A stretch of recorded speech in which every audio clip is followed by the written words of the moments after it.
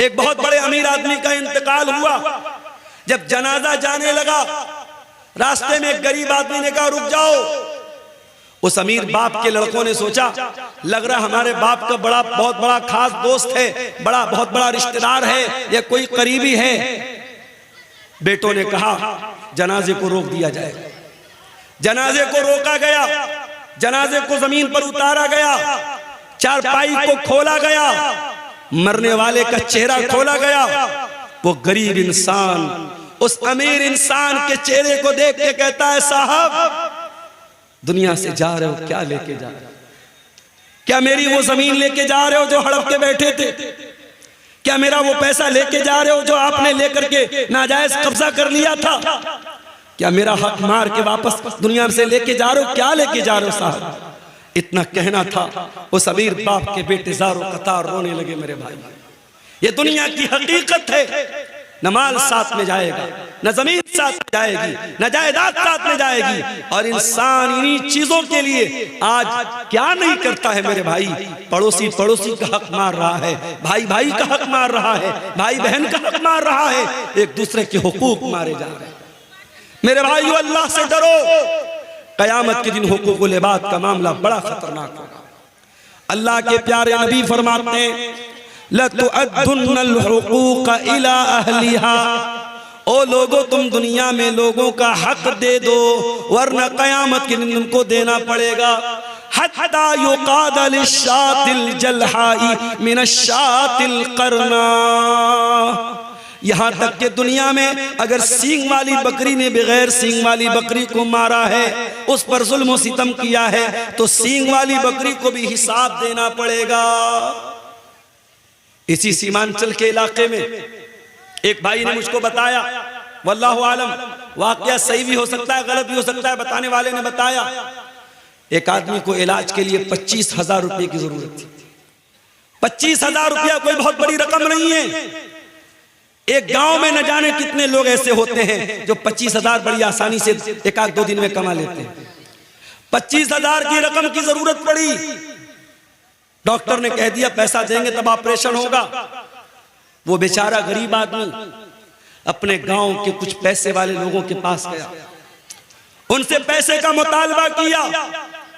गांव के लोगों ने कहा नहीं, हम तुम्हें पैसा नहीं दे सकते। पैसे वाले लोगों ने पैसा देने से इनकार कर दिया। उस गरीब इंसान ने अपने बाप का ऑपरेशन कराने के लिए 25,000 की रकम उसने सूद पर कर्जा उठाया।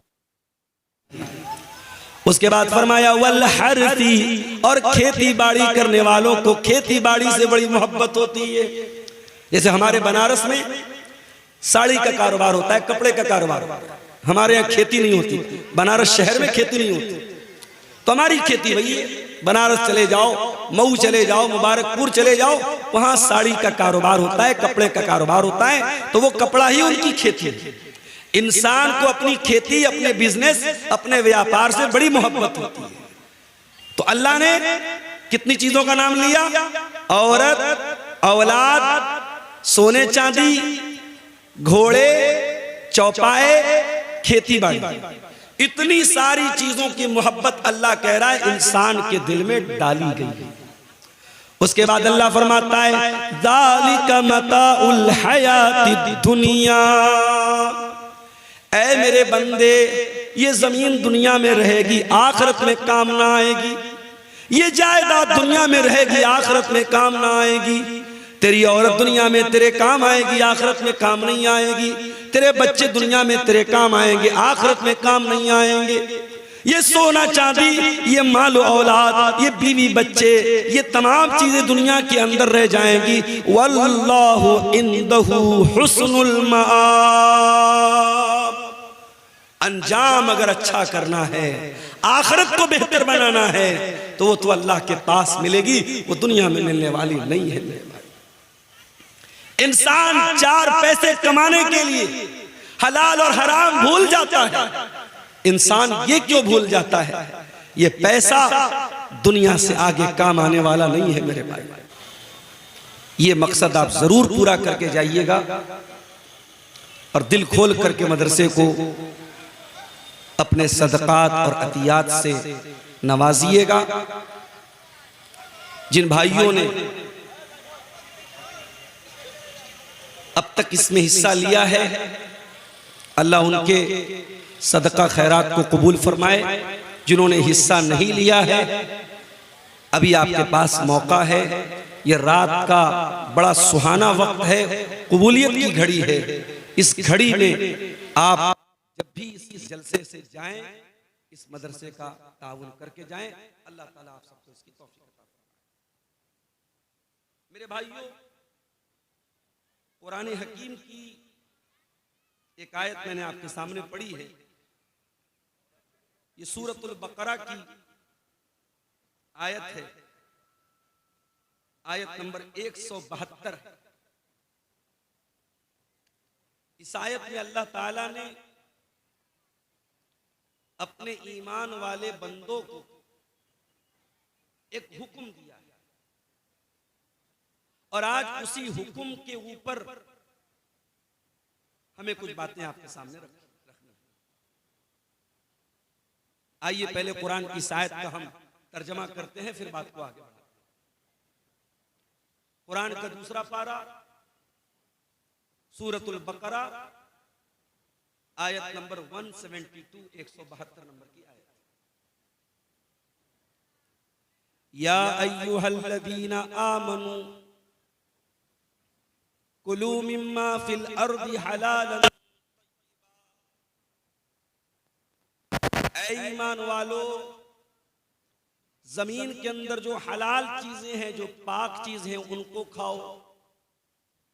हराम चीजों को न खाओ, नापाक चीजों को न खाओ। हलाल खाओ, पाक। वश्कुरू लिल्लाह, और जब हलाल रोजी तुम खा लो तो हलाल रोजी खाने के बाद तुम अल्लाह ताला का शुक्रिया भी अदा करो। इन कुंतुम इय्याहु ताबुदून, अगर तुम अल्लाह की इबादत करते हो तो तुम अल्लाह का शुक्रिया अदा करो। कुरान करीम की इस आयत में अल्लाह ने तमाम ईमान वालों को हलाल कमाई खाने का हुक्म दिया है, और जब हलाल कमाई खाने का हुक्म दिया है तो इसका अपोजिट मफहूम ये निकला कि हराम कमाई की तमाम सूरतों से हमें और आपको बचना है। चाहे वो सूद और ब्याज की शक्ल में हो, चाहे वो रिश्वत की शक्ल में हो, चाहे वो नाप तौल में कमी के शक्ल में हो, चाहे वो धोखाधड़ी और फ्रॉड की शक्ल में हो, चाहे वो किसी हराम चीज के कारोबार की शक्ल में हो। हराम कमाई के जितने रास्ते हैं अल्लाह ने सबको हराम किया है, और इस आयत में अल्लाह ने हमें हलाल कमाई खाने का हुक्म दिया है। आइए एक और आयत देखते हैं। ये कुरान के 18वें पारे की आयत है, सूरह मोमिनून की आयत नंबर 51। या अय्युहर रुसुल कुलू मिनत तय्यिबाति वअमलू सालिहा, ऐ ईमान वालो, पाक चीजों को खाओ, हलाल चीजों को खाओ और नेक अमल करो। ये गौर करने की बात। अल्लाह ने अपने रसूलों को, अपने पैगंबरों को पहले हलाल खाने का हुक्म दिया, उसके बाद नेक अमल करने का हुक्म दिया। पता ये चला कि हराम कमाई से की, हराम कमाई करने वाले की कोई इबादत अल्लाह क्या कबूल नहीं होती। वो हज कर ले, वो उम्रे कर ले, वो ज़कात और सदका और खैरात करता फिरे, अगर उसकी कमाई हराम है, उसकी नेकी, उसका अमल, उसकी दुआएं अल्लाह तबारक व तआला के यहाँ रिजेक्ट कर दी जाएंगी, रद्द कर दी जाएंगी।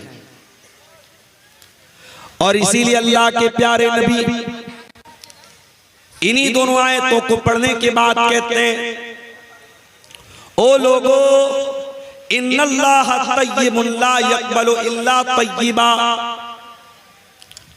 अल्लाह ताला पाक है, और पाक चीज को ही कबूल करता है, अल्लाह नापाक चीज को कबूल नहीं करता।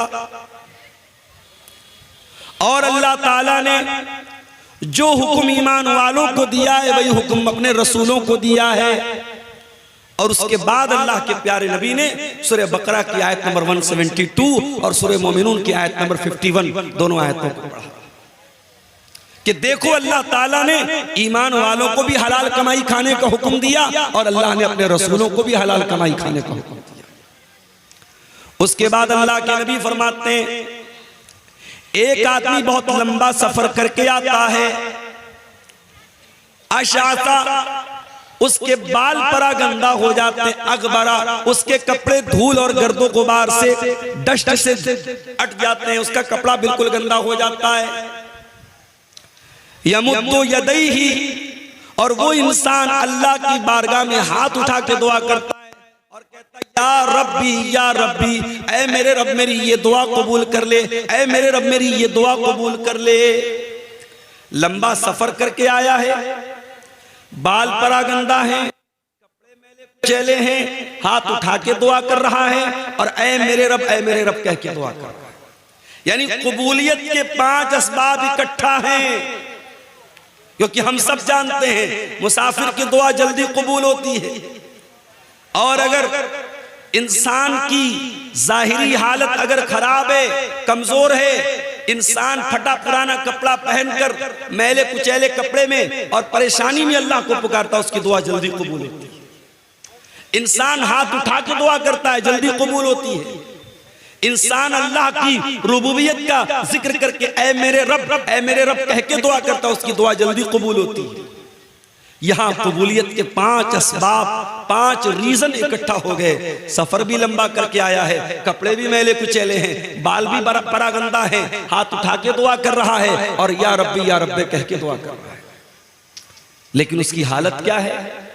व मतामुहु हराम व मशरबुहु हराम व मलबसुहु हराम व गुद्दिया बिल हराम फअन्ना युस्तजाबु लिज़ालिक। ऐ मेरे सहाबा, उस इंसान का खाना हराम कमाई का, उसका पानी हराम कमाई का, उसका कपड़ा हराम कमाई का, उसकी परवरिश हराम कमाई से हुई है। फअन्ना युस्तजाबु लिज़ालिक, ऐसे इंसान की दुआ कैसे कबूल होगी? नहीं कबूल होगी। हराम खोर की दुआ, सूद खोर की दुआ, ब्याज खोर की दुआ, जुआरी की दुआ अल्लाह कबूल नहीं करेगा। इन्नल्लाह तय्यबुन ला यक़बलु इल्ला तय्यबा, अल्लाह पाक है और पाक चीज को ही कबूल करता है। आज हालात मेरे भाइयों, आपके इस गांव में आया, एक भाई ने कहा मौलवी साहब जरा इस पर भी आप रोशनी डालिएगा। हमारे गांव में बहुत सारे नौजवान लड़के यूट्यूब चैनल बनाते हैं, कॉमेडी चैनल। अभी तो आपने शेख वसीम मदनी की बात सुनी, उलमा की एक बहुत बड़ी जमात बल्कि अक्सरियत का यही कहना है कि यूट्यूब के चैनल की कमाई मुनासिब नहीं है, दुरुस्त नहीं है, क्योंकि ये कमाई आपके ऐड की कमाई होती है और ऐड जायज नाजायज, हलाल हराम, सही गलत दोनों आते हैं। लेकिन ये जो यूट्यूबर्स हैं, इनके चैनल्स के ऊपर तकरीरें आ रही हैं, बयानात आ रहे हैं, मगर मुझे जो बात बयान की बताने वाले हैं, और ये बात रियल है कि बहुत सारे नौजवान लड़के कॉमेडी चैनल बनाते हैं और उसमें बिला वजह की बातों पर लोगों को हंसाते हैं। कभी लड़का लड़की बन के लोगों को हंसा रहा है, कभी गंदी गंदी हरकतें करके लोगों को हंसा रहा है, कभी बेहुदा और गंदी बातें मुंह से निकाल के लोगों को हंसा रहा है। और ये काम कौन कर रहा है? मुसलमान कर रहा है। और बड़े फख्र से कहता है साहब मेरे कॉमेडी को तो इतने लोग पसंद करते हैं, 5 मिलियन मेरे सब्सक्राइबर हैं, 10 मिलियन मेरे सब्सक्राइबर हैं। ये बहुत बहुत बड़ी मुसीबत है मेरे भाई। इस दौर में इंसान की काबिलियत, इंसान के टैलेंट और इंसान की सलाहियत का अंदाजा उसको मिलने वाले फॉलोअर्स, उसको शेयर करने वाले, उसको सब्सक्राइब करने वाले सब्सक्राइबर की तादाद से लगाया जाता है, जबकि पहले ऐसा नहीं था। हमारे कितने बड़े बड़े इमाम गुजरे, कितने बड़े बड़े उलमा गुजरे, सारी जिंदगी गुमनामी की जिंदगी गुजार दी। उनकी जिंदगी एक कमरे से शुरू हुई, एक कमरे में खत्म हो गई। ना उनको कोई लाइक करने वाला, ना उनको कोई सब्सक्राइब करने वाला, ना उनके बहुत ज्यादा स्टूडेंट हैं। उनकी जिंदगी गुमनामी में गुजरी है, मगर दीन के खादिम थे, अल्लाह के दीन के खादिम थे, कुरान और सुन्नत के खादिम थे। मेरे प्यारे साथियों, दुनिया में इंसान का नाम कमा लेना, दुनिया में इंसान का पॉपुलर हो जाना, इस बात की गारंटी नहीं है कि अल्लाह के आगे उसको इज्जत मिल जाएगी। अल्लाह के प्यारे नबी फरमाते हैं, कम मिन मदफूइन बिल अबवाब, बहुत सारे ऐसे लोग होते हैं इतने खराब हालत में होते हैं, उनका कपड़ा इतना बोसीदा होता है, उनकी जाहिरी हालत इतनी खराब होती है, अगर किसी के दरवाजे पे चले जाएं लोग धक्के दे के भगा देंगे, लोग धक्के दे के भगा देंगे। अगर वो किसी की सिफारिश करें, कोई सिफारिश कबूल नहीं करेगा। अगर किसी के दरवाजे पर इजाजत तलब करे, कोई अंदर आने की इजाजत नहीं देगा। मगर अल्लाह की नजर में उन कमजोर लोगों का मकाम भी इतना होता है, लौ अक़सम अलल्लाहि लअबर्रा, अगर अल्लाह के नाम की कसम खा के कोई बात कह दे, अल्लाह उनकी बात को जरूर पूरी करेगा। ये कॉमेडी चैनल बनाकर, ये लड़कों का लड़की बनकर, ये साड़ी पहनकर, ये लिपस्टिक लगाकर ये वीडियोस डालना और उससे पैसे कमाना, ये हराम है मेरे भाई। और ये कमाई आपके घर में आएगी तो माफ करना, आपके सारे अमल को, आपकी दुआओं को बर्बाद कर देगी। लेकिन मसला क्या है? मसला यह है कि यहां दिल में माल की जो मोहब्बत है, पैसे की जो मोहब्बत है, वो इंसान को हलाल और हराम का फर्क करने से दूर कर देती है। इंसान जब माल कमाने पर तुल जाता है तो ये भूल जाता है कि मैं माल हलाल तरीके से कमा रहा हूं या हराम तरीके से कमा रहा हूं। अल्लाह ने कुरान में फरमाया, ज़ुय्यिना लिन्नासि हुब्बुश शहवाति मिनन निसा वल्बनीन वल्क़नातीरिल मुक़न्तरति मिनज़्ज़हबि वल्फ़िद्दा वल्ख़ैलिल मुसव्वमा वल्अनआम वल्हर्थ ज़ालिका मताउल हयातिद दुनिया। ऐ मेरे बंदो, कुछ चीजों की मोहब्बत तुम्हारे दिल में डाल दी गई है।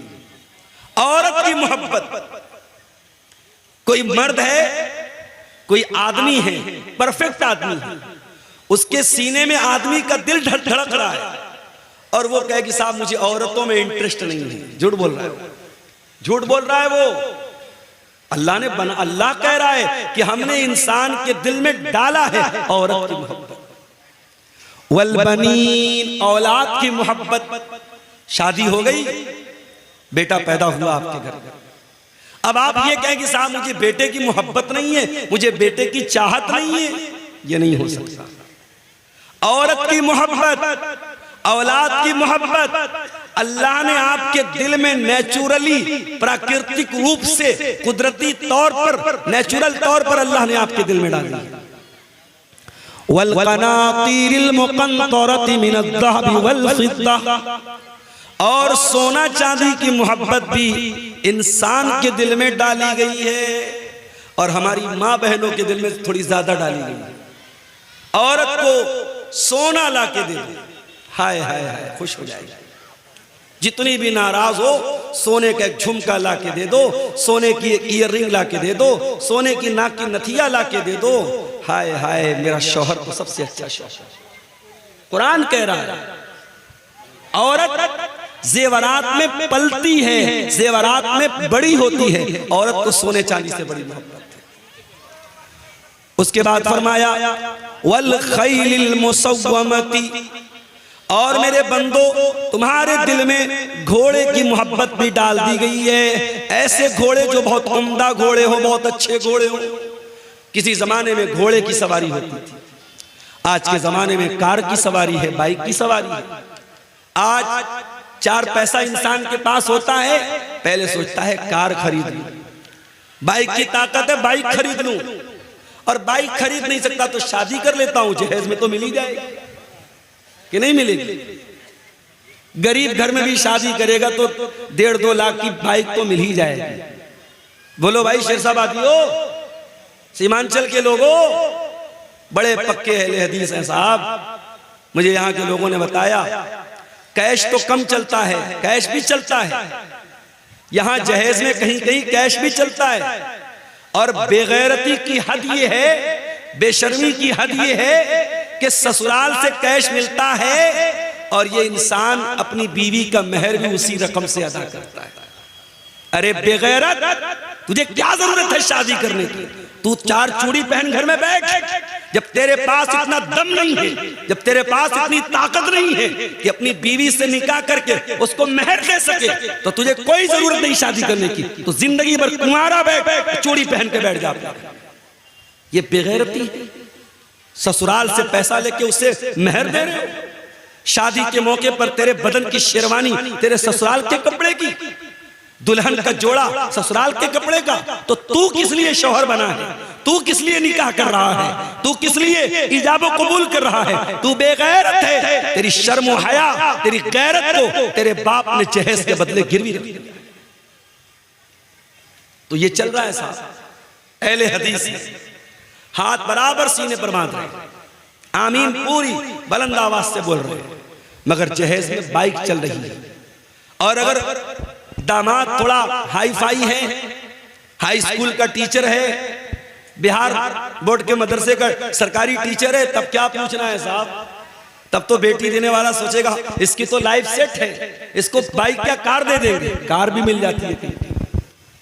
तो सवारी की मोहब्बत भी इंसान के दिल में डाली। उसके बाद फरमाया वल अनाम, और ऐ मेरे बंदो तुम क्या हो रहा है? प्याज खाने के सिलसिले में लोग अल्लाह से न डरते हो। जिस कौम के लोग सूद और ब्याज को खाने को हलाल समझते हो, उस कौम का अंजाम यही होना है जो आज पूरे मुल्क में नहीं पूरी दुनिया में हम देख रहे हैं। क्यों बरस रहे हैं? ये मार क्यों खा रहे हैं? ये बुलडोजर क्यों चल रहे हैं? ये जुल्म और सितम क्यों हो रहे हैं? अल्लाह की धरती पर ला इलाहा इल्लल्लाह पढ़कर जितना हमने अल्लाह को नाराज किया है, मुहम्मदुर रसूलुल्लाह पढ़कर जितना हमने रसूल के हुक्म को तोड़ा है, शायद दुनिया में किसी और ने नहीं तोड़ा। सूद और ब्याज को इतना आसानी से इतने हल्के में ले लेते हो मेरे भाई। दौलत की कमी नहीं इस कौम के पास। अभी कुछ दिनों पहले मैं आया था, इसी कटिहार के कुछ लोगों ने मुझसे कहा, मौलाना एक कंपनी आई है, उसका नाम है Meta ozone. Meta ozone company में पैसा लगाना कैसा है? मेरा वीडियो उस जमाने का अगर होगा यूट्यूबर लोगों के पास जाके देख लेना। मैंने साफ कहा था, ये मेटा ओजोन कंपनी हो या ये कोई भी क्रिप्टो के नाम पे कंपनी हो, इतना पैसा लगा दो, हम हर महीना इतना देंगे। ये जितने कंपनियां एक फिक्स अमाउंट आपको दे रही है, ये बिल्कुल गलत है, हराम। और अंजाम ये हुआ, ये सारी कंपनियां गरीबों का और मिडिल क्लास के लोगों का गाड़ी कमाई का पैसा लेके भाग जाती हैं। और कटिहार के एक साहब ने 2 करोड़ रुपए लगाए थे, 2 करोड़ की बड़ी रकम लगाई थी इसी मेटा ओजोन कंपनी में। मुसलमान आदमी था और वो कुछ महीनों के बाद कंपनी भाग गई। आज उसकी वैल्यू 0 के बराबर हो गई। क्यों ऐसी चीजों के पीछे पड़ते हो मेरे भाई? क्या हलाल कमाई कमाने के तरीके नहीं है? बहुत सारे तरीके। मुझे याद है जामिया सल्फिया बनारस में हमारे साथ एक साहब पढ़ते थे, हमारे क्लास फेलो तो नहीं थे, हमारे दौर के थे, मुआसिर थे। वो रहने वाले सूरत के थे, गुजरात के थे। कुछ दिनों के बाद मेरा एक सफर हुआ गुजरात का, उनसे मुलाकात हुई मौलाना साहब से। मैंने सोचा साहब मौलवी साहब हैं तो किसी मस्जिद में इमामत करते होंगे, किसी मदरसे में पढ़ाते होंगे। भाई मौलवी क्या करता है? मौलवी का 3 ही काम होता है, या तो मस्जिद में कहीं इमाम बन गया, या किसी मदरसे में टीचर बन गया, या फिर दावत और तबलीग का काम कर रहा है। मौलवियों की दुनिया बड़ी महदूद होती है। तो मैंने कहा कि भाई क्या करते हैं आप? उन्होंने कहा मौलाना साहब, शेख साहब, मेरे वालिद की समोसे की दुकान है, समोसे की दुकान है और मैं समोसा रोजाना तैयार करता हूं, तेल में फ्राई करता हूं, उसको बेचता हूं। मुझे बड़ी हैरत हुई। मैंने कहा आप जामिया सल्फिया बनारस के पढ़े हुए हैं और आप समोसा बेच रहे हैं? कहा शेख साहब तो इसमें क्या बुरा है? मैं बिजनेस कर रहा हूं, काम कर रहा हूं, इज्जत की रोटी है लगा दी। साहब मदरसे के जितने टीचर हैं सुबह से दोपहर तक पढ़ाना है, फिर दोपहर से रात तक हॉस्टल की निगरानी करना है। ऑलरेडी 3 टीचर निगरानी कर रहे थे, मगर मदरसे के हरामखोर जिम्मेदारों ने और डिक्टेटरों ने और नमरूद की औलादों ने उस मौलवी को मिलने वाले ये चंद हजार रुपये जो महीने के थे, उनके पेट में दर्द शुरू हो गया और उन्होंने कहा नहीं, हॉस्टल की 24 घंटा निगरानी करनी पड़ेगी। मैं मौलवियों से कहना चाहता हूं, इस कौम के आगे भिखारी बनना बंद करो। अपने इल्म, अपने वकार, अपने ओहदे, अपने मकाम का लिहाज रखो। इस कौम ने बहुत खून चूसा है तुम्हारा। और आज वो लोग जो आलिम नहीं हैं, जो गैर उलमा हैं, चाहे वो इंजीनियर अली मिर्जा हो, चाहे डॉक्टर इसरार अहमद हो या कोई और हो, इन लोगों ने एक माइंडसेट क्या बनाया, एक सोच क्या बनाई कि मौलवियों की जरूरत क्या है। जनाजा खुद अपने बाप का पढ़ाओ, निकाह खुद अपने बेटे का पढ़ाओ, तुम्हें मौलवियों की कोई जरूरत नहीं है। तो ठीक है, तुम्हें अगर मौलवियों की जरूरत नहीं है तो रब्बे काबा की कसम मौलवी को तुम्हारी जरूरत नहीं है। अगर ये मौलवी वाकई में खुददार और बाइज्जत हो जाए, अपने पैरों पे खड़ा हो जाए।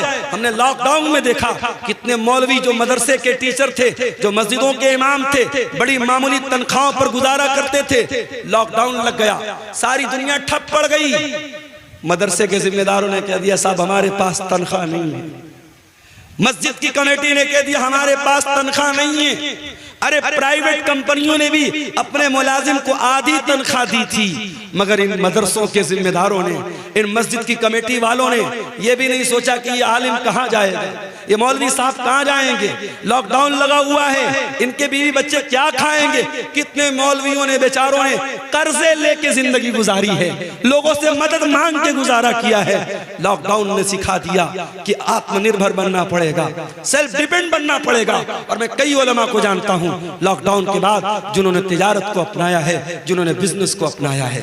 मेरे अजीजों, जो कौम अपने उलमा को बंधुआ मजदूर बना के रखती है, मस्जिद के इमाम को फैमिली क्वार्टर तक देना नहीं चाहती है, मदरसे के टीचर को परिवार के साथ रहने की इजाजत नहीं देती है, उसके बाद हम कहते साहब मदरसे के टीचर ने ये हरकत कर दी, मस्जिद के इमाम ने ये हरकत कर दी। खुलेआम अल्फाज में सुन लो, इन फितनों को दावत हमने दी है, इन फितनों को दावत हमने दी है। वो मौलवी शादीशुदा होकर बीवी से 6-6 महीने दूर रहता है, वो मदरसे का मुदर्रिस, वो मस्जिद का इमाम 6-6 महीने अपनी बीवी से, अपने बच्चों से दूर रहता है। कौन इसका जिम्मेदार है? उसकी बीवी अपने शौहर के रहने के बावजूद बेवा की जिंदगी बसर कर रही है, उसके बच्चे अपने बाप के रहने के बावजूद यतीम की जिंदगी बसर कर रहे हैं। अगर उस मौलवी की शहवत में अगर उबाल आया, उसने गलत कदम उठाया, वो मौलवी यकीनन गुनहगार होगा, वो आलिम यकीनन गुनहगार होगा, मगर गुनहगार तो ये समाज भी होगा।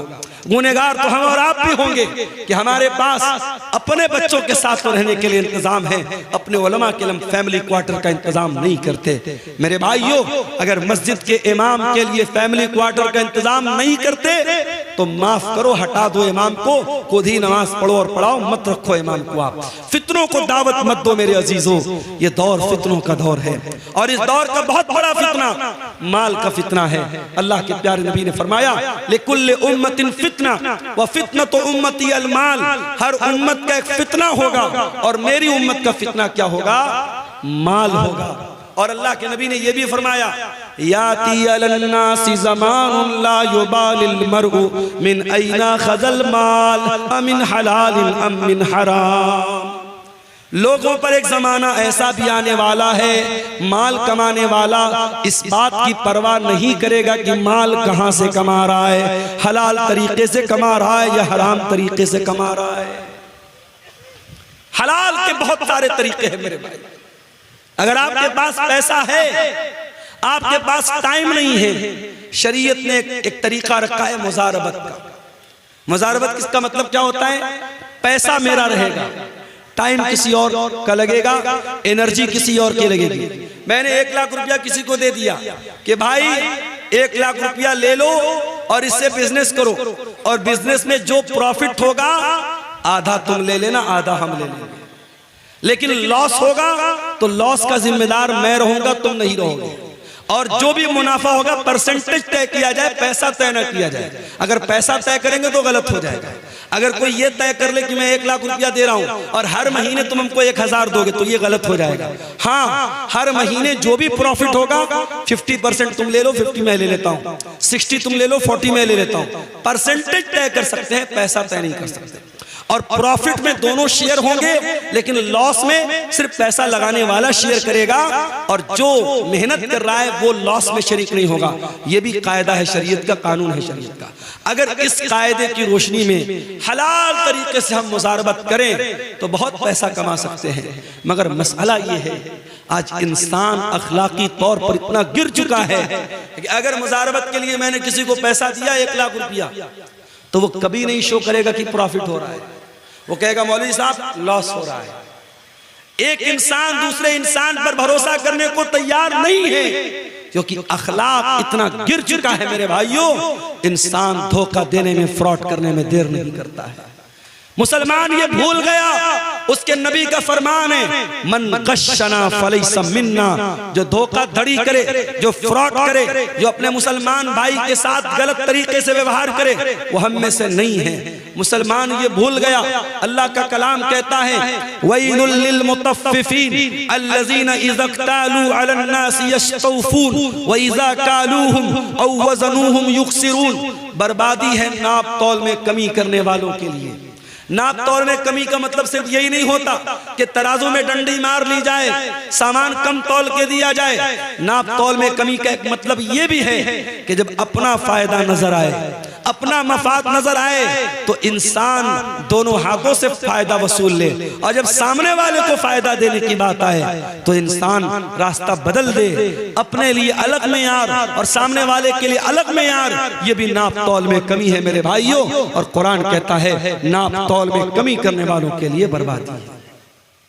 और आगे बढ़िए, ये जो हराम कमाई होती है ना, ये हमारे बीवी बच्चों के ऊपर भी असर डालती है। अगर आपके घर में हराम कमाई आई है, यकीन कर लो मेरे भाई, आपकी बीवी से आपके रिश्ते पर भी असर पड़ेगा।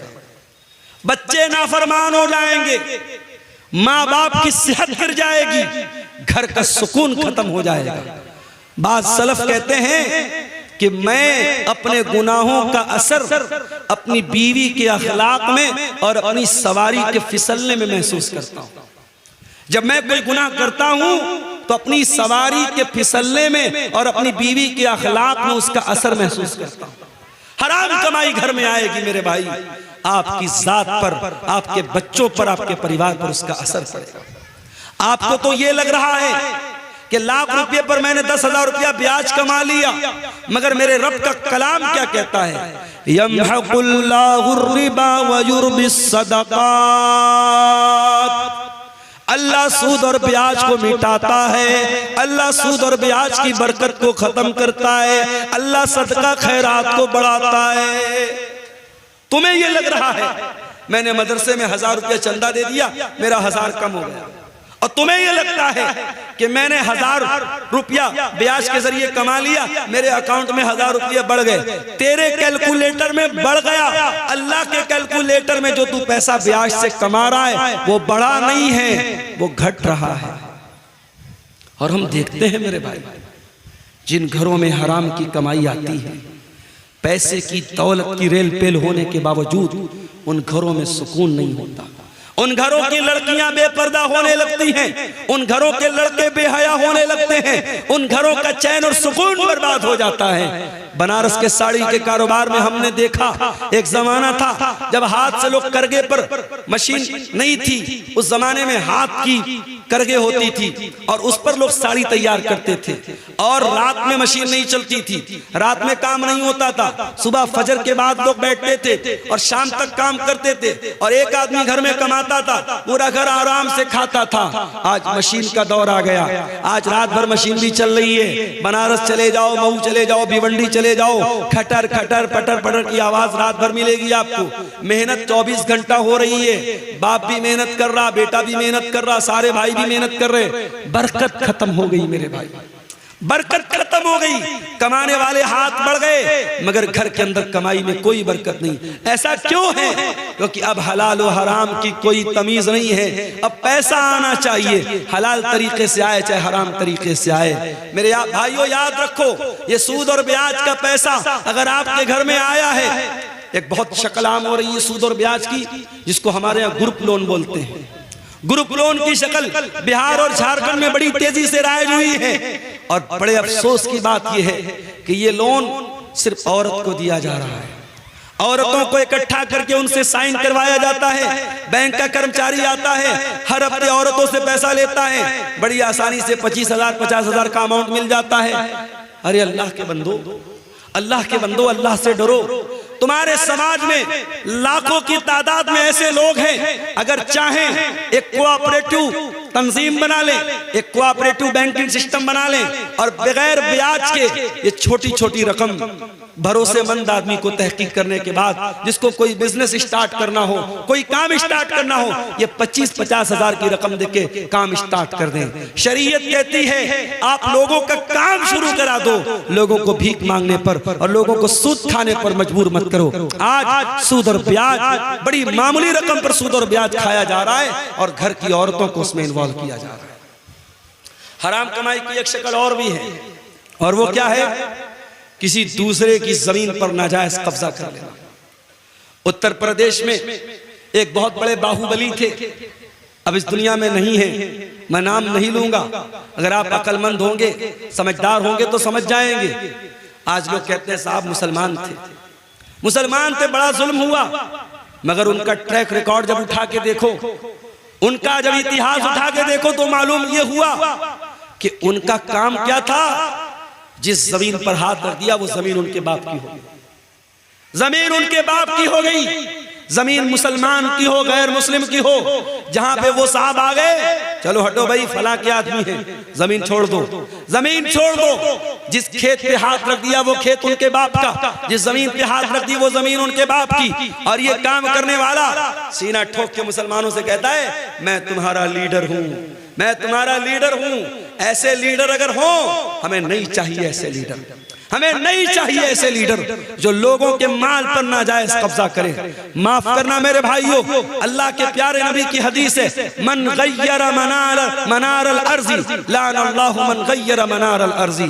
जो लोगों की जमीन और जायदाद की जो बॉर्डर है, जो निशान है, उसको मिटा दे और जमीन और जायदाद पर नाजायज कब्जा कर ले, अल्लाह के नबी ने फरमाया उस इंसान पर अल्लाह की लानत हो। जमीन और जायदाद पर नाजायज कब्जा करके कहां जाओगे मेरे भाई? अगर एक बालिश, ये जो हमारे पंजे का जो नाप है ना, इसको उर्दू में बालिश्त बोलते हैं, पता नहीं आपके शेरशाबादी भाषा में क्या बोलते हैं, हमारे बनारस में इसको बित्ता बोलते हैं, बित्ता, यहाँ भी बित्ता बोलते हैं। एक बित्ता जमीन अगर आपने किसी की नाजायज कब्जा कर ली, हदीस के अल्फाज क्या है? तुफ़्फ़िक़ मिन सब'i अर्दीन यौमल क़ियामा, कयामत के दिन एक बित्ता जमीन नाजायज हड़पने वाला 7 जमीनों का तौक उसकी गर्दन में डाला जाएगा। अल्लाह अकबर, इतना बड़ा गुनाह है, इतना बड़ा गुनाह है। आज मुकदमे अदालतों में चले जाओ, मुसलमान अपने भाई की जमीन, बेटा अपने बाप की जमीन, भाई अपनी बहन की जमीन पर नाजायज कब्जा करके बैठा है। सबसे ज्यादा मुकदमे आपको मुसलमानों के मिलेंगे। ये इस कौम का हाल है मेरे भाई, अल्लाह हम सबकी हिफाजत फरमाए। और आगे बढ़िए, हराम कमाई का एक और रास्ता हम इस समाज में देखते हैं, और वो क्या है? वो है साहब सूदी रकम हम खा तो नहीं रहे, मगर सूदी रकम खिला रहे हैं। मोबाइल ले लिया फट से हमने, EMI पर, लोन पर ले लिया हमने, क्रेडिट कार्ड पर ले लिया हमने, और जब ले लिया तब उलमा से आके धीरे से पूछते, मौलाना साहब ये किस्तों पर मोबाइल लेना कैसा है? अरे तू जो मोबाइल लेके आया किस्त पर लिया? किस्त पर लिया ना, तो लेने के पहले मसला पूछना चाहिए था कि लेने के बाद पूछना चाहिए। किस्त के ऊपर गाड़ी लेना कैसा है, किस्त के ऊपर मोबाइल लेना कैसा? कान खोल करके सुन लो, किस्त पर कोई सामान लेना जायज है, नाजायज नहीं है, मगर उसमें कंडीशन क्या है? कंडीशन ये है कि जो सामान बेचने वाला है उससे आपको लेना है। यहां जब आप मोबाइल किस्त पर लेते तो मोबाइल की कंपनी से या दुकानदार से नहीं लेते, आप बैंक से लेते हैं। आप बजाज का कार्ड इस्तेमाल करते हैं, Bajaj company, Bajaj finance company आपको फाइनेंस करा रही है। आप बाइक लोन पे ले रहे हैं, आईसीआई आपको लोन दे रही है, एचडीएफसी आपको लोन दे रही है, हीरो की या होंडा की कंपनी आपको लोन नहीं दे रही। पहली बात तो ये समझ लीजिए, जिसका सामान है उससे आप किस्त पर लेंगे, थर्ड पर्सन से नहीं लेंगे। और अगर थर्ड पर्सन से ले रहे हैं तो इसका मतलब आप उससे पैसा उधार ले रहे हैं, सामान नहीं खरीद रहे, पैसा उधार ले रहे हैं। और पैसा अगर उधार ले रहे हैं तो शरीयत का एक कानून याद रखो कि हम उधार पैसा किसी से भी अगर लेंगे या देंगे, उधार पैसे के ऊपर कोई प्रॉफिट कमाना जायज नहीं है। मैंने आपको 1 लाख रुपया दे दिया, 1 लाख रुपया आपको जब मैंने दिया तो आपने अपना मोबाइल हमको दे दिया। अब ये मोबाइल मैं यूज कर रहा हूं, मोबाइल आपका बस यूज कर रहा हूं, बेच नहीं रहा हूं, यूज कर रहा हूं। 1 महीने के बाद आप आए और आपने कहा कि मौलवी साहब आप 1 लाख रुपया वापस ले लीजिए और मोबाइल मुझको दे दीजिए। मैंने 1 लाख रुपया वापस ले लिया, मोबाइल आपको दे दिया। हमें क्या लग रहा है साहब, ये तो जायज है। उसने हमको पैसा दिया, हमने पैसा दिया था, उसने बदले में मोबाइल दिया था। उस मोबाइल को हम गारंटी के तौर पर तो ले सकते हैं, लेकिन उस मोबाइल को अगर हम यूज कर रहे हैं तो ये ब्याज हो जाएगा मेरा। इतना खतरनाक मामला है। शरीयत कहती है कि आप किसी को कर्जा दे रहे हैं तो कर्जा एहसान करने के लिए होता है, कर्जा कमाने के लिए। कमाना है तो बिजनेस करो, पार्टनरशिप करो। अगर किसी को उधार दे रहे हो, उधार पर 1 पैसा 1 रुपया भी मुनाफा नहीं कमा सकते। हाँ, मैंने आपको 1 लाख रुपया दिया, कुछ तय नहीं किया मैंने। आप जब पैसा मुझको देने आए, आपने अपनी खुशी से कहा मौलाना साहब आप मेरे काम आए थे, आपने मेरे बड़े मौके से मेरी मदद की थी, मैं अपनी खुशी से ये 1 किलो मिठाई लेके आया। 1 किलो मिठाई लेके आया हूं, वो दिवाली वाली मिठाई नहीं होनी चाहिए, वो अलग से खरीदा हूं। 1 किलो मिठाई लेके आए बगैर मांगे, तो ये ब्याज में नहीं शामिल होगी, बल्कि ये अल्लाह के रसूल का तरीका था कि जब आप किसी से कर्ज लेते थे तो वापसी के टाइम कुछ बढ़ा के दे देते थे। ये बढ़ा के देना ये इंसानियत का और हुस्न अखलाक का तकाजा है, ये ब्याज नहीं है। लेकिन उधार में कोई किस्म का प्रॉफिट पहले से तय कर लेना और वो प्रॉफिट देना या लेना ये हराम है। और आप जब फाइनेंस पर मोबाइल लेते हैं तो 2%, 3%, 4%, 12% कुछ ना कुछ आप उसमें ब्याज देते हैं, और कुछ नहीं देते तो कम से कम अगर EMI आपने टाइम से पेमेंट नहीं किया, महीने की 1 तारीख को EMI का टाइम आया, आपने पेमेंट नहीं किया, तो पहली बात तो मोबाइल बंद हो जाएगा। मोबाइल का सिस्टम है वो लॉक रहता है, मोबाइल फौरन बंद हो जाएगा। और उसके बाद 2 दिन बाद आप जब पेमेंट करेंगे, अगर हर महीने 2000 दे रहे हैं तो 100 रुपया बढ़ा के देना पड़ेगा।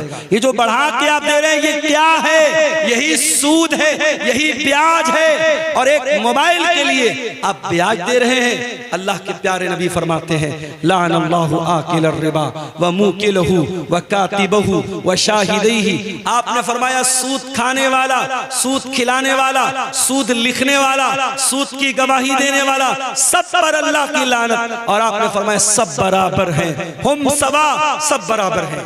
ये सूद इतना बड़ा गुनाह है, ये ब्याज इतना बड़ा गुनाह है। अल्लाह के नबी फरमाते हैं, मुस्तदरक अल हाकिम की हसन दर्जे की रिवायत है, अर्रिबा सलासु व सबऊन बाबा, कि सूद के 70 से ज्यादा दरवाजे हैं, सूद के 70 से ज्यादा दर्जे हैं। ऐसरुहा अयन की हर रजुल उम्महु, और उसमें सबसे हल्का दर्जा ये है इंसान अपनी सगी माँ के साथ जिना करे, अपनी सगी माँ के साथ जिना करे।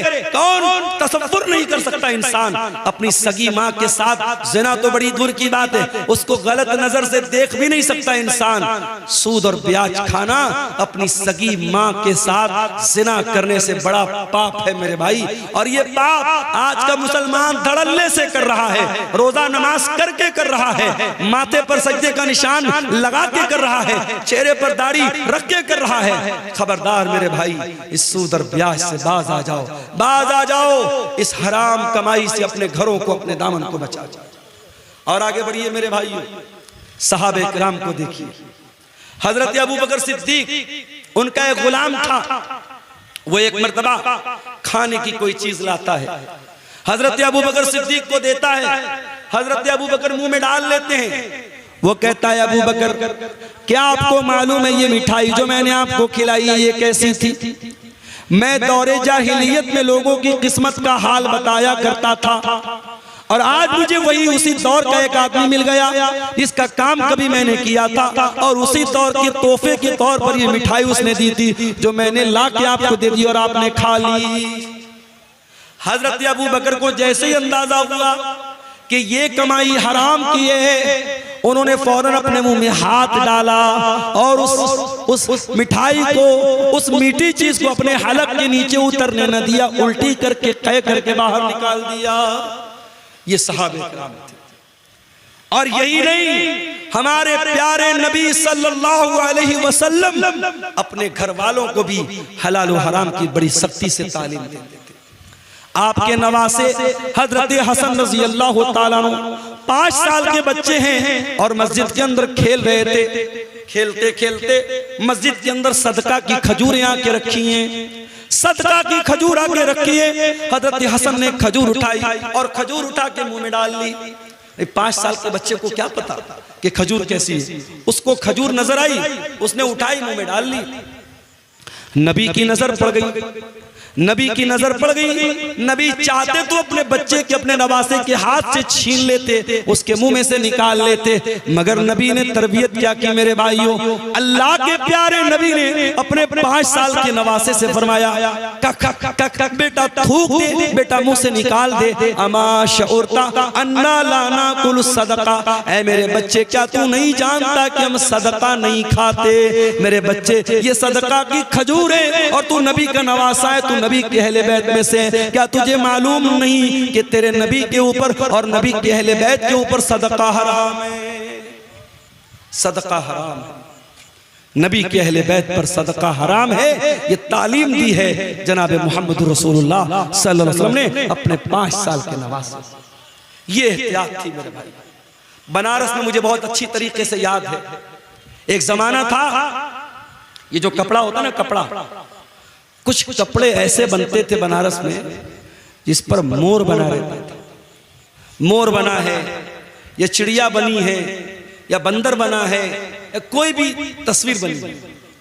उलमा का फतवा था कि कपड़े पर अगर फिगर बना है, उस फिगर वाले कपड़े की कमाई सही नहीं है। और बनारस में साड़ी का कारोबार करने वालों को बड़ा बड़ा ऑफर मिलता था, बड़ी बड़ी रकम मिलती थी कि अगर तुम तस्वीर वाला कपड़ा तैयार करोगे हम तुम्हें पैसा ज्यादा देंगे, तुम्हारी साड़ी महंगी बिकेगी। मगर एहतियात होती थी, लोग नहीं तैयार करते थे। और अगर किसी के बारे में पता चल जाता था कि वो इंसान अपने साड़ी के ऊपर, अपने कपड़े के ऊपर इमेज बना करके बेच रहा है, लोग उसके घर दावत नहीं खाते थे, लोग उसके घर खाना नहीं खाते थे। ये एहतियात बनारस में मैंने अपनी आंखों से देखी। मगर आज क्या हो रहा है? आज वो एहतियात खत्म हो गई मेरे भाई।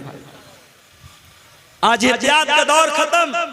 आज बनारस में हजारों लोग साड़ी पर तस्वीर वाली साड़ी बनवा रहे हैं, बेच रहे हैं, कारोबार कर रहे हैं और कोई फर्क नहीं पड़ रहा है, पैसा कमा रहे हैं, दबा के पैसा कमा रहे हैं। याद रखो मेरे भाइयों, पैसा तो यहीं रह जाएगा, जमीन तो यहीं रह जाएगी, जायदाद तो यहीं रह जाएगी और हम मर करके अल्लाह के पास जाएंगे और अल्लाह पूछेगा, मेरे बंदे तेरे सामने हलाल के बहुत सारे रास्ते थे, तूने हराम क्यों अपनाया, तूने गलत क्यों अपनाया?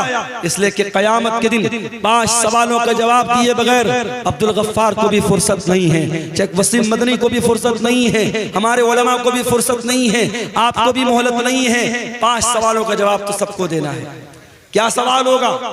ला तज़ूलु क़दमा इब्ने आदम मिन इंद रब्बिही यौमल क़ियामा। कयामत के दिन इंसान अपनी जगह से हिल नहीं पाएगा जब तक 5 सवालों का जवाब नहीं दे देगा। नंबर 1, अन उम्रिही फीमा अफ़ना, तूने अपनी जिंदगी को कहाँ गुजारा था। नंबर 2, व अन शबाबिही फीमा अबला, तूने अपनी जवानी को कहाँ गुजारा था। तीसरा सवाल, व अन मालिही मिन ऐन इक्तसबहू, तूने माल कहाँ से कमाया था। चौथा सवाल, व फीमा अनफ़क़हू, तूने माल कहाँ पर खर्च किया था। और 5वां सवाल, व माज़ा अमिला फीमा अलिमा, तूने जो इल्म हासिल किया था उस इल्म के ऊपर तूने अमल कितना किया था। ये 5 सवाल का जवाब सबको देना है। कहां से पैसा कमाया, हलाल तरीके से कमाया कि हराम तरीके से कमाया। और खबरदार, मस्जिद में लोग जाते हैं ना, बड़ा एहतराम करते हैं मस्जिद का। मस्जिद का सामान कोई जल्दी चोरी नहीं करता। क्यों साहब? मस्जिद का सामान, मस्जिद का सामान कोई बहुत घटिया आदमी होता है वही चोरी करता है। एक आम मुसलमान मस्जिद का बहुत एहतराम करता है। और तमाम मस्जिदों में सबसे बड़ी मस्जिद कौन है? मस्जिद हराम है, खाने काबा है। कान खोल करके सुन लो, एक मुसलमान की इज्जत, एक मुसलमान की जान, एक मुसलमान का माल, उसकी जो इज्जत है, उसका जो सम्मान है, उसका जो एहतराम है, वो खाने काबा से भी बढ़ करके। और दलील भी आपको पढ़ के सुना देता हूं। नबी ने आखिरी हज किया, हज्जतुल वदा का मौका है, नबी ने पहला और आखिरी हज किया है। बकर ईद का दिन है, यौमुन नहर है। अल्लाह के प्यारे नबी मिना के अंदर हैं। अपने सहाबा से कहते हैं, अय्यो यौमिन हाज़ा, आज का दिन कौन सा दिन है? सहाबा कहते हैं, अल्लाह और उसके रसूल ज्यादा बेहतर जानते हैं। आपने फरमाया, क्या आज यौमुन नहर नहीं है? क्या आज बकर ईद का दिन नहीं है? फिर आपने पूछा कि महीना कौन सा है? साहबा ने कहा, अल्लाह और उसके रसूल ज्यादा बेहतर जानते हैं। आपने फरमाया, क्या ये जिलहिज्जा का महीना नहीं है? फिर आपने पूछा, ये कौन सा शहर है? साहबा ने कहा, अल्लाह और उसके रसूल ज्यादा बेहतर जानते हैं। आपने फरमाया, क्या ये शहर मक्का नहीं है? उसके बाद आपने फरमाया, हो लोगो, इन्ना इन्ना दिमाकुम व अमवालकुम व आराज़कुम हरामुन अलैकुम कहुरमत यौमिकुम हाज़ा फी बलदिकुम हाज़ा फी शहरिकुम हाज़ा। ओ लोगो, तुम्हारी माल, तुम्हारा माल, तुम्हारी जान और तुम्हारी इज्जत और आबरू एक दूसरे के लिए हराम है, एक दूसरे के लिए हराम है। जैसे आज का ये दिन हराम है, जैसे ये महीना हराम है, जैसे ये शहर मक्का हराम है, जैसे मक्का का एहतराम करते हो, जैसे जिलहिज्जा का एहतराम करते हो, जैसे आज के दिन का एहतराम करते हो, एक मुसलमान अपने भाई की जान और माल का एहतराम करे। मेरे अजीजों, सहाबे किराम बड़ी एहतियात करते थे। हजरत साद बिन अबी वक्कास सहाबी रसूल हैं। उनके बारे में मशहूर था कि वो मुस्तजाबुद दावत थे। साद बिन अबी वक्कास जब दुआ करते थे, उनकी दुआ जल्दी कबूल हो जाती थी। किसी ने पूछा कि ऐ साद बिन अबी वक्कास, क्या बात है, आप कौन सा ऐसा अमल करते हैं कि आपकी दुआ बहुत जल्दी कबूल हो जाती है? तो हजरत साद बिन अबी वक्कास ने क्या जवाब दिया? कहा कि ऐ लोगों, मैं जब खाना खाता हूं तो मुझे मालूम होता है कि मैं वो खाना कौन सी कमाई का खा रहा हूं। मैं जब भी कोई लुकमा उठा करके अपने मुंह में डालता हूं, जब तक यकीन न हो जाए, जब तक कंफर्मेशन न हो जाए, जब तक ये मुतय्यन न हो जाए कि मैं हलाल कमाई का और पाकीज़ा कमाई का लुकमा खा रहा हूं, तब तक वो लुकमा अपने हलक के नीचे नहीं उतारता हूं। एक बहुत बड़े अहले हदीस आलिम का वाकया सीरत निगारों ने लिखा है। गालिबन, अगर मेरी याददाश्त धोखा नहीं खा रही है, गालिबन ये मौलाना अब्दुल्ला गाजीपुरी का वाकया है। अब्दुल्ला गाजीपुरी रहमतुल्लाह अलैह बहुत बड़े अहले हदीस आलिम थे। उनको कहीं सफर पे जाना था, ट्रेन का टाइम हो गया, ट्रेन का टाइम हो गया, स्टेशन पर पहुंचे, इतना टाइम नहीं था कि टिकट खरीद सकते और सामने ट्रेन छूट रही थी। और उस जमाने में इतनी ट्रेनें नहीं थी कि चलो एक ट्रेन छूट गई तो दूसरी पकड़ लेंगे। मौलाना अब्दुल्ला गाजीपुरी साहब ने जल्दी से ट्रेन पकड़ी, ट्रेन पर सवार हो गए, मगर दिल ही दिल में ये एहसास हो रहा था, मैंने टिकट नहीं खरीदा है, ये रेलवे की चोरी है, ये सरकार की चोरी है। जब मौलाना अब्दुल्ला गाजीपुरी की मंजिल आ गई, जब उन्होंने अपनी मंजिल पर वो उतर गए, तो जिस स्टेशन से वो वहां तक आए थे, उस स्टेशन तक का उन्होंने टिकट खरीदा। हालांकि कोई टीटी नहीं था, कोई चेक करने वाला नहीं था, कोई टिकट को चेक करने वाला, कोई पकड़ने वाला नहीं था। कभी कभी ऐसा होता है। मैं बनारस से अभी पिछले हफ्ते की बात, एक प्रोग्राम था मेरा अररिया में। अब बनारस से मैं चला, इत्तेफाक से त्योहार का दिन था, ट्रेन पे रश बहुत था और पहले से मैंने रिजर्वेशन नहीं कराया था। अब उसके बाद जब मैं ट्रेन पे लोकल टिकट लेकर के, जनरल टिकट लेके जब मैं चढ़ा था, मैंने सोचा टीटी मिलेगा, उससे बात करूंगा और टिकट कटवा करके एसी में कहीं जगह मिल जाएगी तो एसी बैठ जाऊंगा। अब साहब रश इतना था कि ट्रेन में कहीं बैठने की जगह नहीं थी, टीटी का दूर दूर तक पता भी नहीं था। अब आपको मैं बताऊं कि बनारस से पटना तक तकरीबन 5 घंटे मैंने एसी जो बोगी होती है उसका जो बाथरूम होता है, बाथरूम के पास खड़े होकर के बैग मेरे पीठ पर लदा हुआ था, बैग लादे हुए 5 घंटे खड़े होकर के मैंने वो सफर किया। उसके बाद जब बीच में टीटी आया, टीटी ने कहा मुल्ला जी कहाँ जा रहे हो? मैंने कहा सर पटना जा रहा हूँ, कोई सीट दे दीजिए, पैसा मैं दे दूंगा। कहा नहीं मुल्ला जी कोई सीट नहीं है, लेकिन आप एसी की बोगी के अंदर खड़े हैं, आपको फाइन कटवाना पड़ेगा। मैंने कहा सर मैं अंदर कहाँ खड़ा हूँ, बाथरूम के पास खड़ा होकर के जा रहा हूँ, टिकट तो है मेरे पास। कहा कि आप चूंकि एसी बोगी में चढ़े हैं आपको फाइन देना पड़ेगा। मैंने कहा जनरल में जाने लायक हालात नहीं है। उसने कहा जनरल में तो छोड़ दो, आपने जनरल का टिकट लिया, आप एसी में आए हो। उसने 1000 रुपया फाइन भी काटी और 5 घंटे का सफर मैंने खड़े होकर के गुजारा। आज हालात ये है, जब रश का टाइम होता है टिकट जल्दी नहीं मिलता है। मौलाना अब्दुल्ला गाजी पूरी उस दौर में वो टिकट बगैर खरीदे वापस जा सकते थे, मगर उनकी एहतियात देखो मेरे भाई, उनका तकवा देखो। वो जिस स्टेशन से आए थे उस स्टेशन तक का उन्होंने टिकट खरीदा और वही टिकट खरीद करके उसको फाड़ दिया। उनके साथियों ने पूछा मौलाना ये क्या किया आपने? कहा मेरे भाइयों मैं रेलवे की ट्रेन का मैंने सफर किया था और मैं जल्दीबाजी में टिकट नहीं खरीद पाया था। मैंने जानबूझ करके उस स्टेशन का टिकट खरीद करके फाड़ दिया ताकि उतनी रकम सरकार के खजाने में चली जाए। ये हमारे उलमा थे, ये हमारे उलमा थे जो सरकार और हुकूमत और गवर्नमेंट की चोरी को भी चोरी समझते थे। और आज मुसलमान अपने मुसलमान भाई का सामान चोरी करने में भी दरेग नहीं करता है। मेरे अजीजों ये एहतियात अपने अंदर पैदा करो। सलफ कहा करते थे अतिब मतअमका तकुन मुस्तजाब दावात, अपनी कमाई को हलाल कर लो तुम्हारी दुआएं कबूल होने लगेगी। इमाम अबू हनीफा रहमतुल्लाह अलैह बहुत बड़े इमाम गुजरे हैं, अल्लाह की रहमतें नाजिल हो उनके ऊपर। इमाम अबू हनीफा रहमतुल्लाह अलैह ने एक आदमी को कर्जा दिया, कर्जा दे दिया उसको, उसने समय पर टाइम पर कर्जा नहीं लौटाया। इमाम अबू हनीफा रहमतुल्लाह अलैह उस आदमी के दरवाजे पर गए। गर्मी का मौसम था, धूप निकली हुई थी और इमाम अबू हनीफा दरवाजे के पास खड़े हैं। दरवाजा खुलता है और उस इंसान के मकान के अंदर एक बहुत बड़ा पेड़ है, एक बहुत बड़ा दरख्त है। वो इंसान रिक्वेस्ट करता है इमाम साहब आप ठीक है पैसा लेने आए हैं, कर्जा लेने आए हैं, लेकिन इमाम साहब गर्मी का मौसम है, धूप बहुत तेज निकली है, आप मेरे दरवाजे के अंदर चले आए और इस पेड़ की छाया में आप आ जाएं, इस पेड़ की छांव में आ जाएं। आपको गर्मी लग रही है, धूप लग रही है, आप इतने बड़े आलिम हैं, हमसे देखा नहीं जाता है, आपको शोभा नहीं देता है।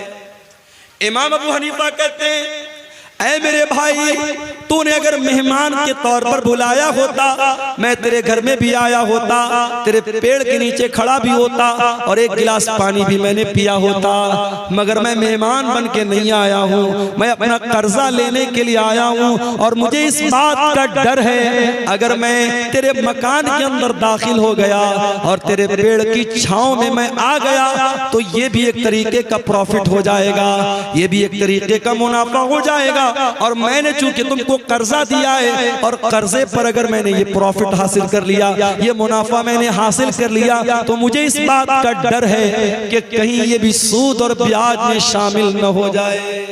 अल्लाह कितना प्यारा हमारा दीन है मेरे भाई, कितना प्यारा हमारा दीन है।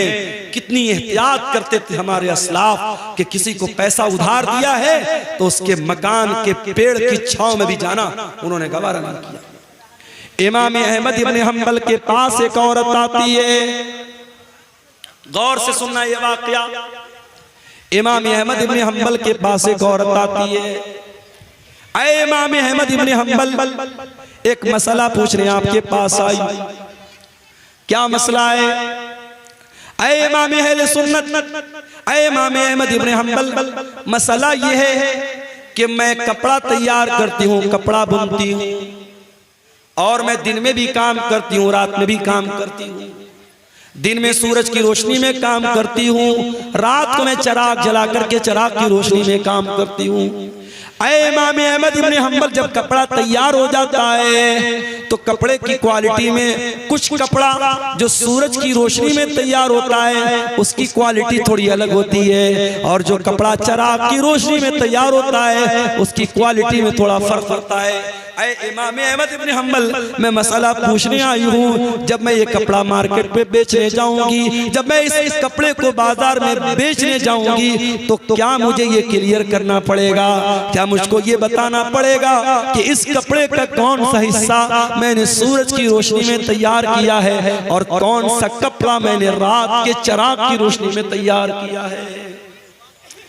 इमाम अहमद इब्न हंबल हैरान हो गए, कहा कि ऐ मेरी बहन, मसला मैं बाद में बताऊंगा, पहले मैं ये जानना चाहता हूं, इतनी अल्लाह वाली, इतनी तकवा वाली तू औरत है कौन जो आ करके ये मसला पूछ रही है कि कपड़ा अगर सूरज की रोशनी में तैयार हुआ है और चिराग की रोशनी में तैयार हुआ है तो क्या कस्टमर को ये बताना पड़ेगा कि कौन सा कपड़ा सूरज की रोशनी में तैयार हुआ है और कौन सा कपड़ा चिराग की रोशनी में तैयार हुआ है। ऐ मेरी बहन, मैं जानना चाहता हूँ तेरा घराना कौन सा है, तेरा खानदान कौन सा है, तो कौन से खानदान से ताल्लुक रखती है।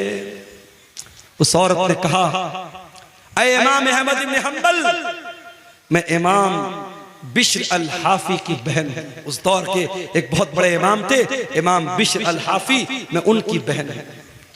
हजरत इमाम अहमद इब्न हंबल ने कहा, वल्लाह मैंने बहुत तारीफ सुनी थी बिश्र अल हाफी की, आज देख लिया कि उनके घराने के अंदर कितनी दीनदारी है, कितना तकवा है, कितना अल्लाह का डर है, कितनी एहतियात है कि आज उनकी बहन आकर के मुझसे मसला पूछ रही है। मेरे प्यारे साथियों, एहतियात इसको कहते हैं, हलाल और हराम की चिंता इसको कहते हैं। आज तो हमारा मिजाज ये बन चुका है, बस पैसा आना चाहिए चाहे जैसे आ जाए, और यही वजह है आज रिश्तों की बरकत मेरे प्यारे साथियों खत्म हो चुकी है। आज जब लड़की देखने के लिए जब लड़के की मां जाती है तो क्या देखती है, लड़की की पर्सनालिटी कैसी है, लड़की कितनी खूबसूरत है, लड़की का घर और मकान कैसा है, लड़की कितना जहेज लेकर आएगी।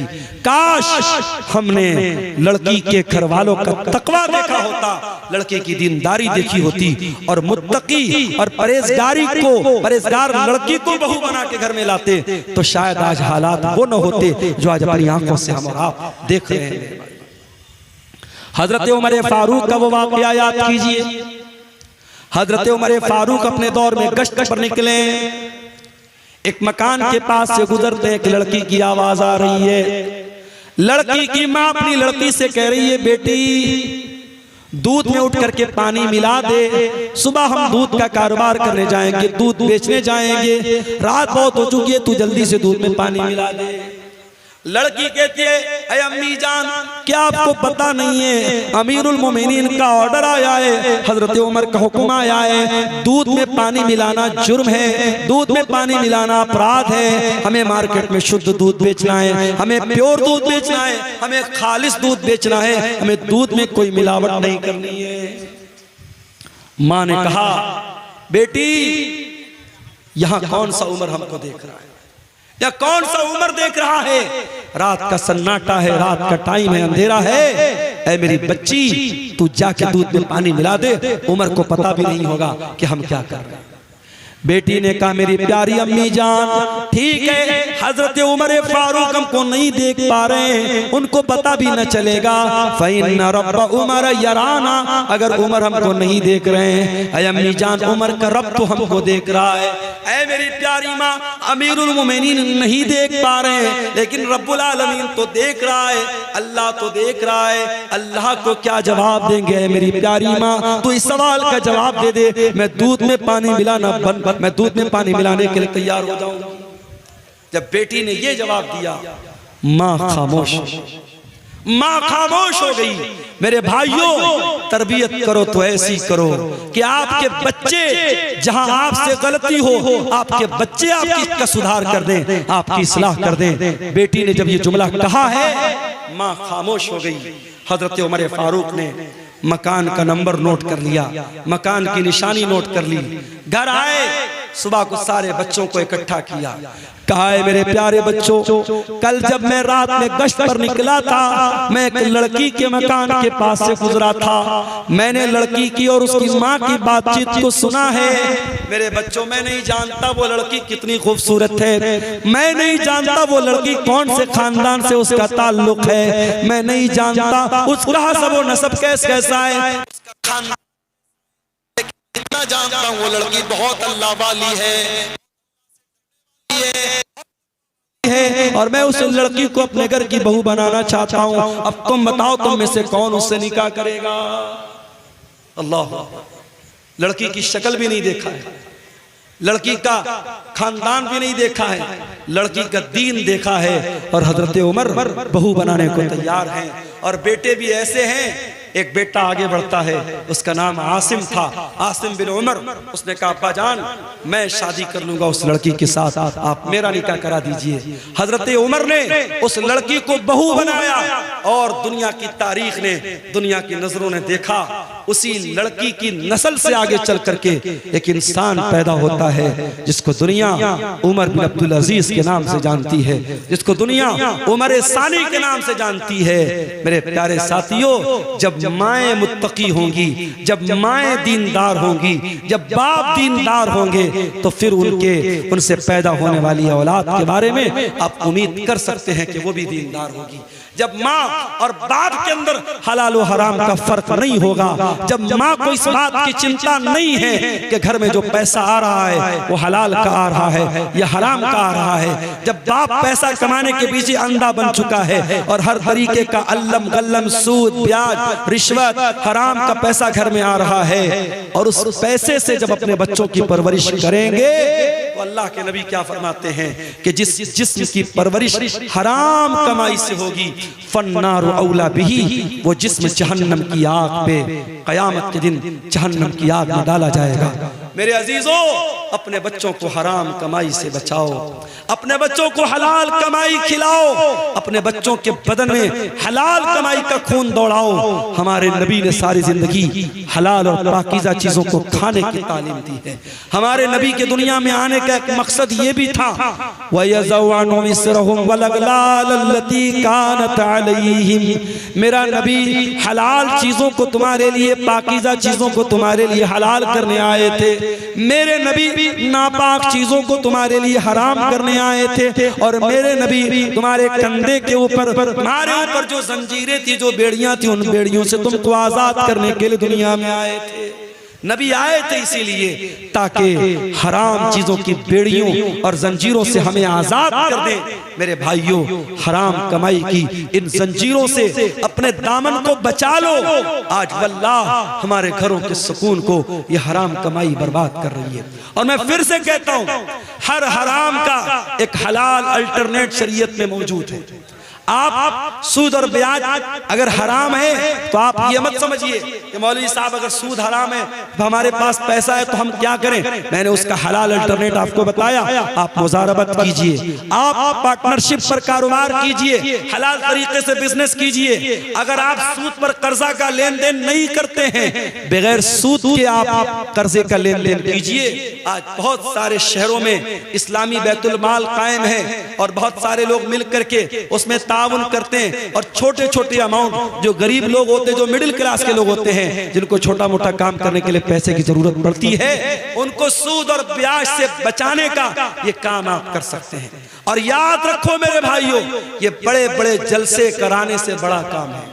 सीमांचल के इस इलाके में जिस तेजी से सूद और ब्याज का पंजा, सूद और ब्याज का पंजा गाड़ रहा है, इस माहौल में हमें और आपको ये काम करने की जरूरत है। और मैं जानता हूं सीमांचल के, मैं उन इलाकों में भी गया हूं।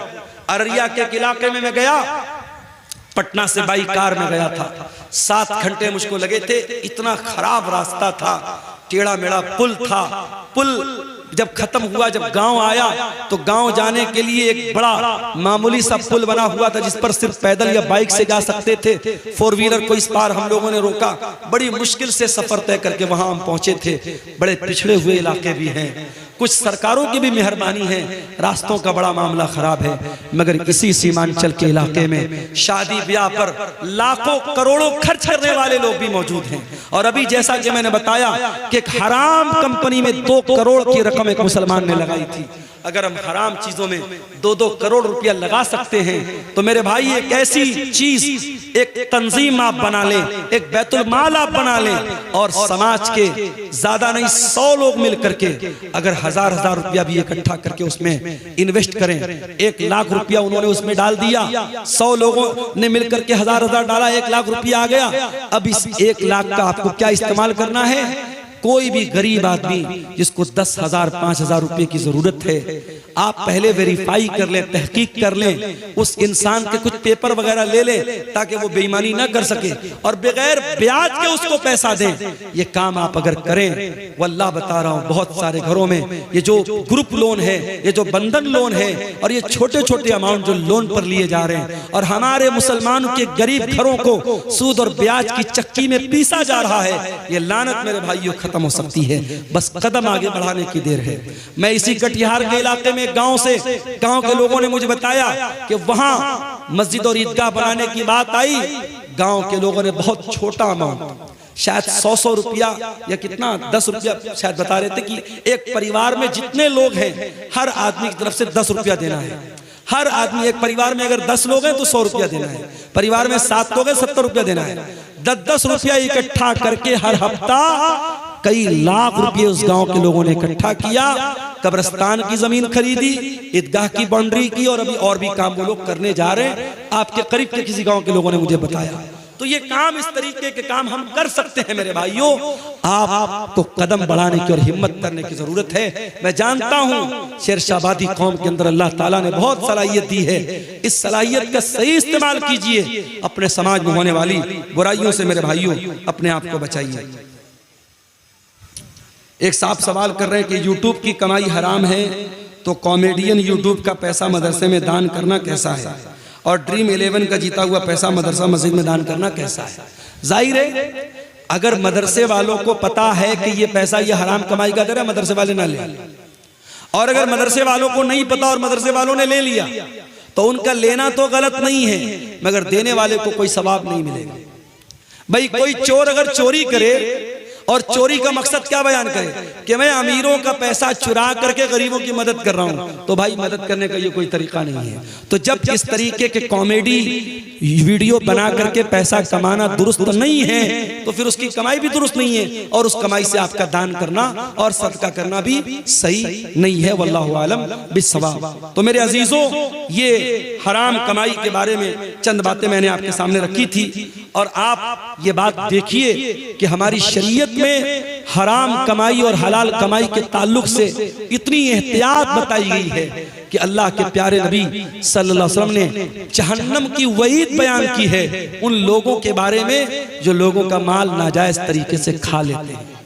मैं आखिरी हदीस सुना करके बात खत्म करता हूं।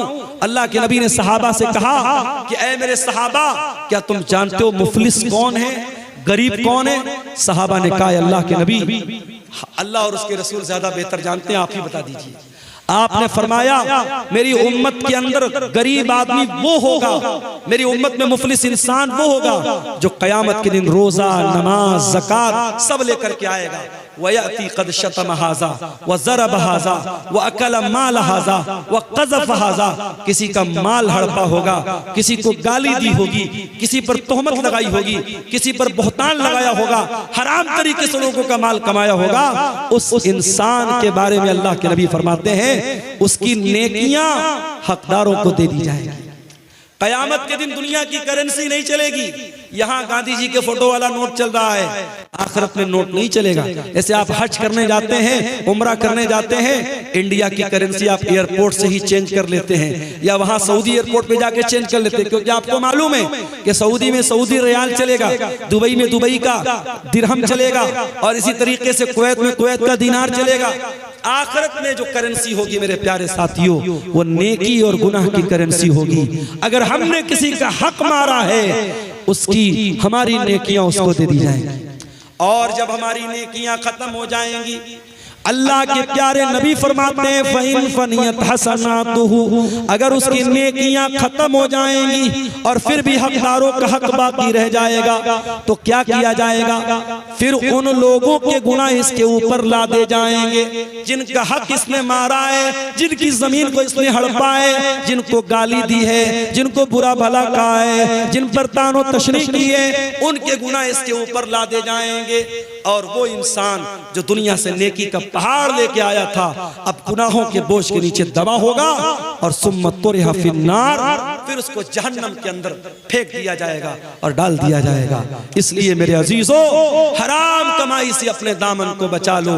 मैं फिर से वही आयत पढ़ रहा हूँ जो खुतबे मसनूना के बाद मैंने पढ़ी थी, या अय्युहल्लज़ीना आमनू कुलू मिम्मा फिल अर्ज़ि हलालन तय्यबा, ऐ ईमान वालो, जमीन में जो हलाल चीजें हैं, जो पाक चीजें हैं, उनको खाओ और अल्लाह का शुक्र अदा करो। अगर तुम अल्लाह की इबादत करते हो, हलाल और हराम कमाई के ताल्लुक से ये चंद बातें आपके सामने रखी गई हैं। हम रब्बुल आलमीन से दुआ करते हैं, इलाही आलमीन तू हमें हर किस्म की हराम कमाई से बचने की तौफीक अता फरमा। रब्बुल आलमीन सूद और ब्याज की लानत से पूरे सीमांचल के इलाके को तू पाक कर दे। ऐ अल्लाह, हमारे वो भाई जिनको अल्लाह तूने दौलत से